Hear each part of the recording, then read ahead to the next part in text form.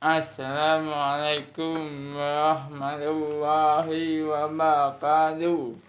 Alhamdulillah wa syukurillah la haula wala quwwata illa billah. Asyhadu an la ilaha illallah wahdahu la syarika lah wa asyhadu anna Muhammadan abduhu wa rasuluh. Amma ba'du.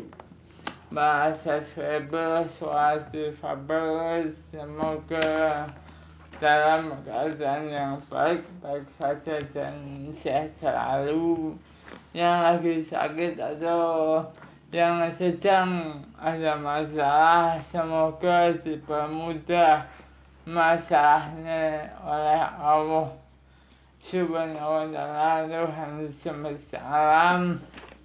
Sholawat dan salam serta salam kita haturkan kepada baginda Rasulullah Sallallahu Alaihi Wasallam, para keluarga, para sahabat dan para nabi serta para ustadz yang kita telah selama ini. Ma'asyarul muslimin, bahasa Sweber suatu fabel. Nabi Yunus ditelan ikan paus. Nabi Yunus alaihissalam merupakan salah satu nabi yang diutus oleh Allah Subhanahu wa ta'ala untuk berdakwah kepada penduduk Ninawa. Ninawa merupakan daerah Mosul yang pada masa itu penduduknya berpaling dari jalan Allah Subhanahu wa ta'ala dan masih menyembah berhala. Pada suatu hari, Nabi Yunus alaihissalam menemui penduduk Ninawa yang sedang melakukan ritual penyembahan berhala. Kedatangannya ditolak oleh penduduk tersebut. Bahasa Sweber suatu fabel, sungguh kasihan menurut kita. Bahkan mereka mengolok-olok dan menghinanya. Hal ini menyebabkan Nabi Yunus alaihissalam marah dan meninggalkan mereka. Bahasa Sweber suatu fabel semua.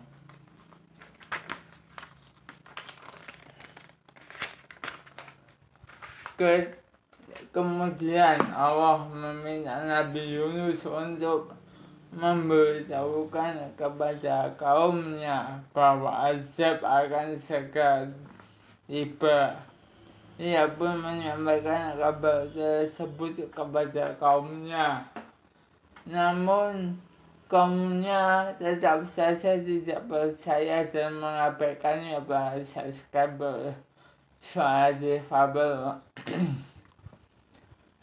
Setelah Nabi Yunus pergi, datanglah azab kepada penduduk Ninawa. Melihat peristiwa mengerikan itu, para penduduk sadar dan bertobat kepada Allah. Oleh karena itu Allah menghentikan azab yang diberikan kepada mereka. Nabi Yunus pergi ke tempat lain dengan kapal. Tiba-tiba kapal yang dinaiki beliau terombang-ambing karena dasarnya ombak tersebut. Para penumpang memutuskan untuk mengurangi barang-barang bawaan dan melemparkannya ke laut. untuk mengatasi beban kapal yang berlebihan. Para penumpang kapal memutuskan untuk membuat undian. Hal ini disepakati bahwa siapa yang saja yang keluar namanya maka harus bersedia melemparkan diri ke laut pada saat bersuara difabel. Setelah dilakukan undian, maka namanya Nabi Yunus yang keluar. Para penumpang lain hati jika harus melihat Nabi Yunus melemparkan diri ke laut. Akhirnya mereka mengundi lagi, namun nama Nabi Yunus keluar lagi hingga 3 kali berturut-turut pada saat bersuara difabel. Dengan bahasa Nabi Yunus melemparkan tubuhnya ke laut. Setelah itu Allah mengirimkan ikan paus untuk menelan Nabi Yunus. Ikan paus pun melaksanakan perintah Allah. Ia menelan Nabi Yunus tanpa merobek dagingnya dan mematahkan tulangnya. Saat berada di dalam perut ikan, Nabi Yunus hanya melihat kegelapan dan tak ada makanan yang dapat dikonsumsi. Ia menyadari bahwa kejadian ini merupakan buah dari tidak sabar dalam menghadapi kaumnya. Ia segera berdoa dan memohon ampun kepada Allah. Allah menerima taubat Nabi Yunus dan memintakan ikan paus memuntahkannya. Nabi Yunus alaihi salam dilemparkan di pinggir laut yang tandus dalam keadaan lapar dan haus. Kemudian Allah menumbuhkan sebatang pohon dari labu untuk beliau konsumsi. Setelah itu ia kembali dan meminta maaf kepada kaumnya atas segala perbuatannya. Pada saat bersuara difabel yang saya cintai karena Allah. Kisah di atas merupakan kisah dari Nabi Yunus yang telah masuk dari surat Al-Anbiya ayat 87-88. Hikmah kisah ini kita tidak boleh berputus asa dari rahmat Allah ketika kita mengalami ujian yang berat. Ketika kita diberikan amanah, hendaknya kita bertanggung jawab penuh atas amanah itu. Allah selalu menerima ampunan seorang hamba sebanyak apapun ia berbuat kesalahan dan dosa.